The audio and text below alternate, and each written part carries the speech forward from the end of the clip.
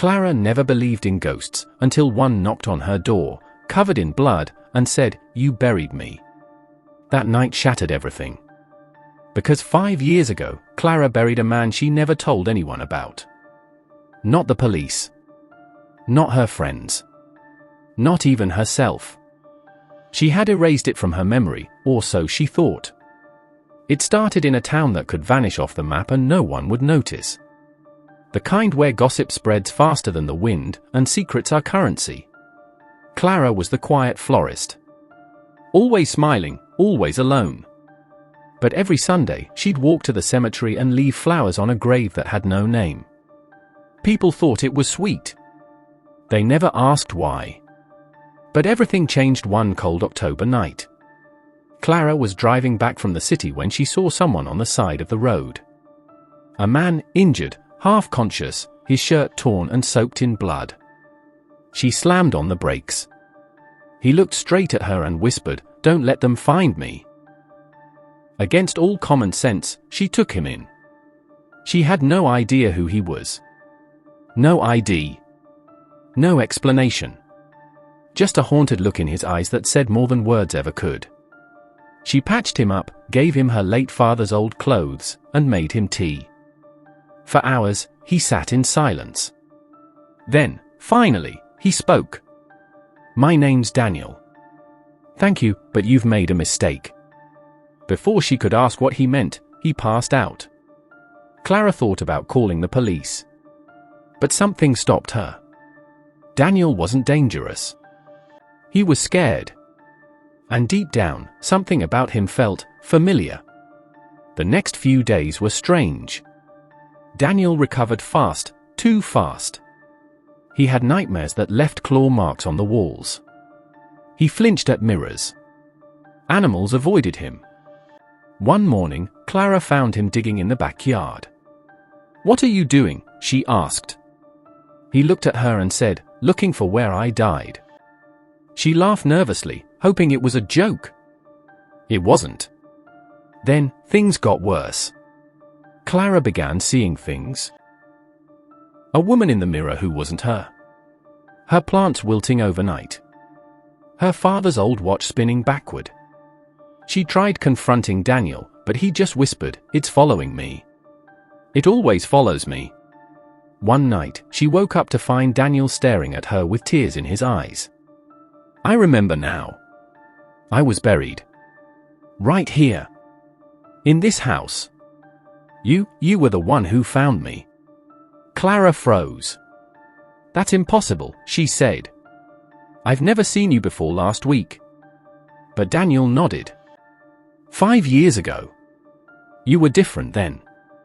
You looked lost. You lived in this very house. I came to you, just like now. Wounded. Afraid.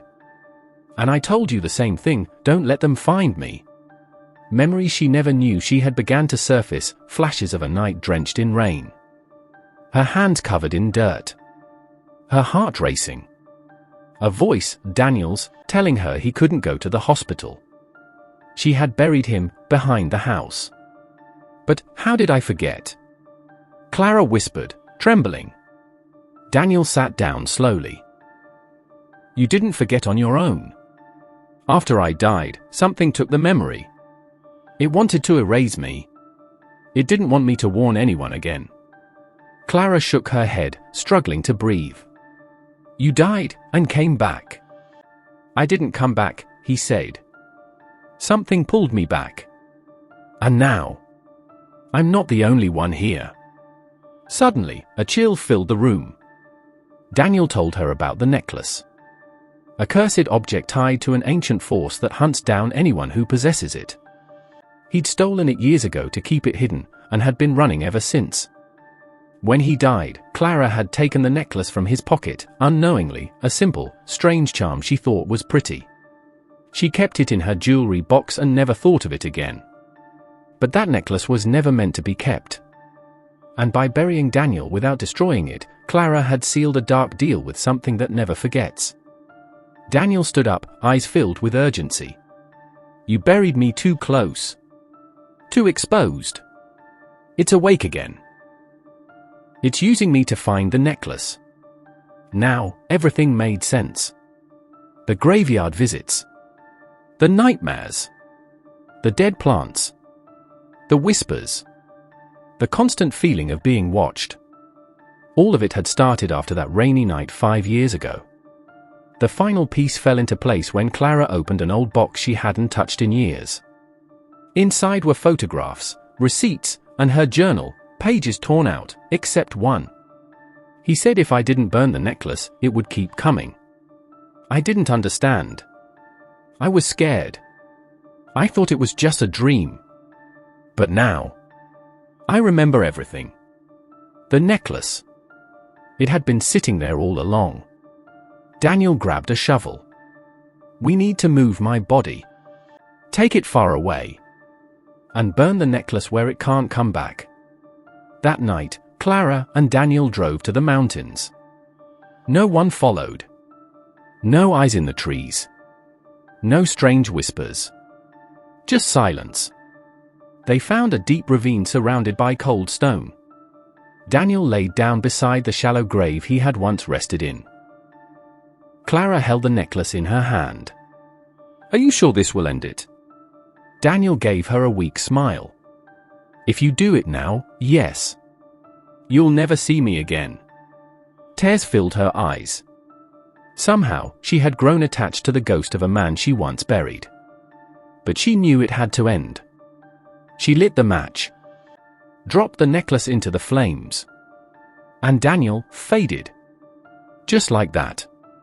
The nightmares stopped. The whispers ceased. And Clara, for the first time in years, felt peace. She returned home, unsure if any of it had been real. Until she passed by her backyard and saw one single rose growing above freshly turned soil. Some say spirits haunt the places they die.